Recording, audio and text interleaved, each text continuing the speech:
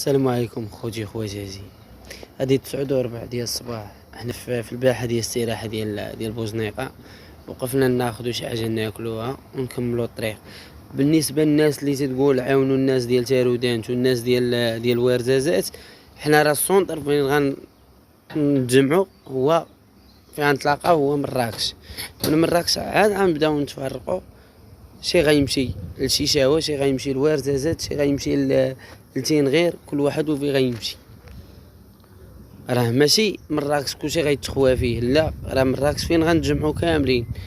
دابا حاليا حنا 3 القوادات، 3 العشرات وجوج رمايك، وتلاقينا بشي اخوان عندهم الرمايك في في البياج ديال الرباط ديال الطريق ديال تامسنا.